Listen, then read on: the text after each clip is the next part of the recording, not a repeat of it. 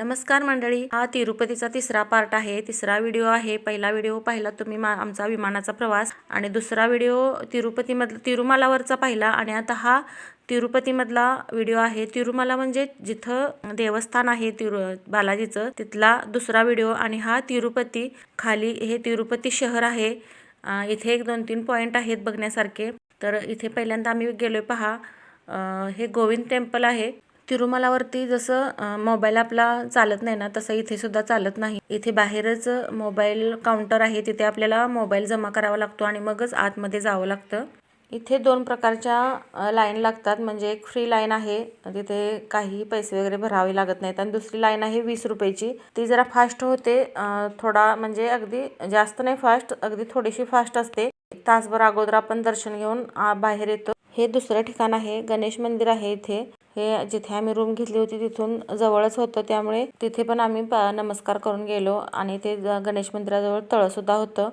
ते झाल्यानंतर इस्कॉन मंदिरला पण आलो होतो पहा. हे तिरुपतीचं इस्कॉन मंदिर आहे. खूप छान मंदिर आहे, आणि येथील सजावट किंवा त्या जे रेखीव काम आहे ना, लाकडावरती केलेलं, ते तर अतिउत्तम आणि एकदम छान आहे, सुंदर आहे. आमच्या कोल्हापूरमध्ये सुद्धा असंच एक इस्कॉन मंदिर आहे, ते सुद्धा असंच रेखीव काम तिथे सुद्धा खूप छान सुंदर केलेलं आहे. हे मंदिर राधाकृष्णाचं आहे. तिथे सुद्धा मोबाईल आतमध्ये अलाउड नव्हता, त्यामुळे तिथे बंद केला कॅमेरा. आणि आम्ही परत सकाळी दर्शन घेऊन दुपारी आम्ही रूमवरती आलो. रूमवरती आल्यानंतर हे पहा, इथे सुद्धा आमचा पोटपूजा चालली होती. सकाळी बाहेर नाश्ताच केला होता, आणि जेवण काय आम्ही बाहेर सकाळचं केलं नाही. आणि घरातून जे पदार्थ आणले होते तेच आम्ही आज दुपारी बाहेर काढले होते, कारण संध्याकाळी पण आम्हाला रेल्वेला आज बसायचं होतं, आणि जेवायचं पण लवकरच होतं. मग म्हटलं चला दिवसभरात आपण बाहेरचंच किरकोळच काहीतरी नाश्ता वगैरे खाऊन दिवस काढूया, आणि संध्याकाळी पोटभर जेवण आपण मग रेल्वेला बसायचं.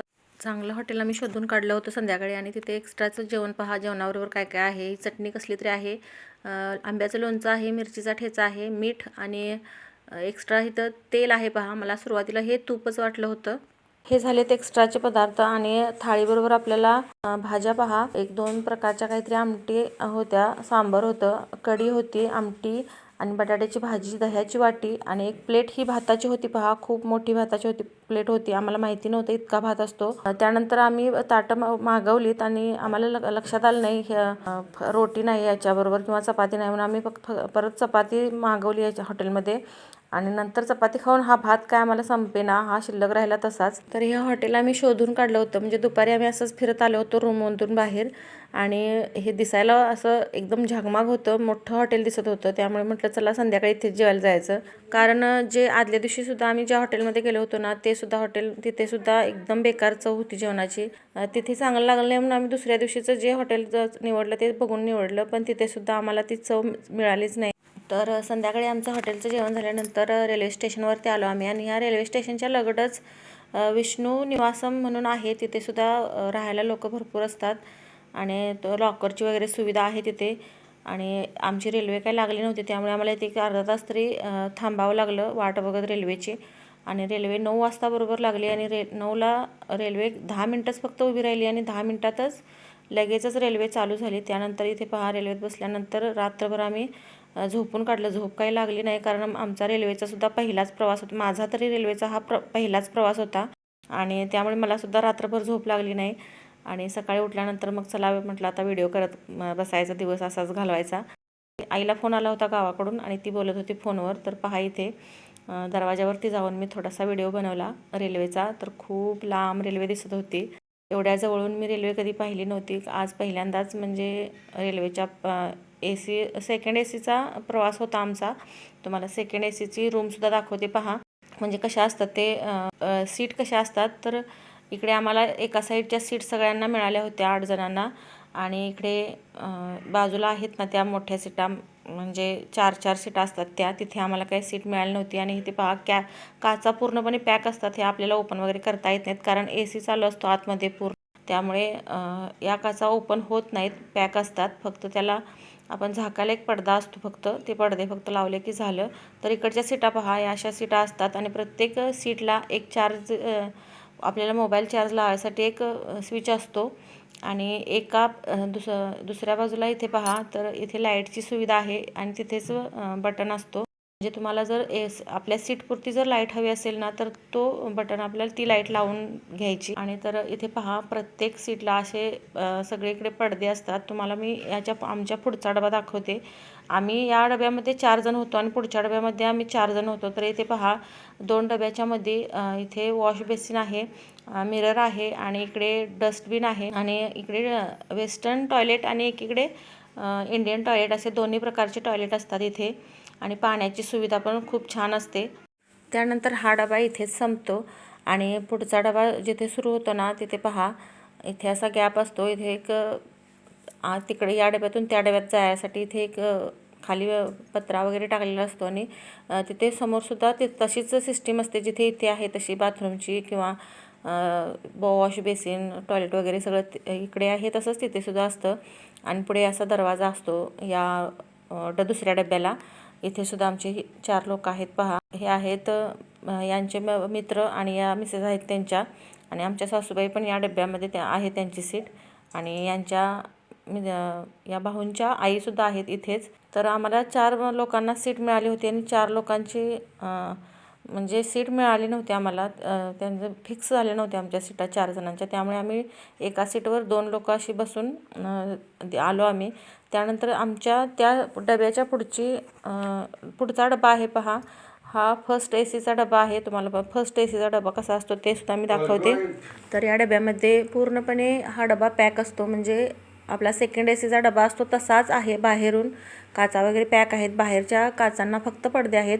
आणि हे एका साईडला पहा, फक्त एकाच बाजूला अशी छोटीशी वाट आहे आणि एका साईडला फक्त अशा रूम्स आहेत, म्हणजे हॉटेलच्या रूम असतात ना त्याच प्रकारचे या रूमसुद्धा पॅक आहेत. आतमध्ये कोणी जाऊ शकत नाही बाहेरचं जर आलं तर. मध्ये लॉक असतं या दरवाजांना, आणि आतमधून लॉक जर केलेलं असेल ना तर आतल्या व्यक्तीने ते लॉक काढल्याशिवाय दरवाजा आपल्याला बाहेरून उघडता येत नाही. आणि हे आत्ता सध्या हे आतमधून पॅक आहेत, त्यामुळे मी तुम्हाला आतमधून काही दाखवत नाही, बाहेरूनच फक्त दाखवते. आणि दरवाजांना स्लायडिंगचे दरवाजे आहेत हे, त्यामुळे असे म्हणजे छान वाटतं. हे हॉटेलच्या रूमसारखं आहे हे. इथे राहणं म्हणजे अगदी हॉटेलमध्ये राहिल्यासारखंच वाटतं.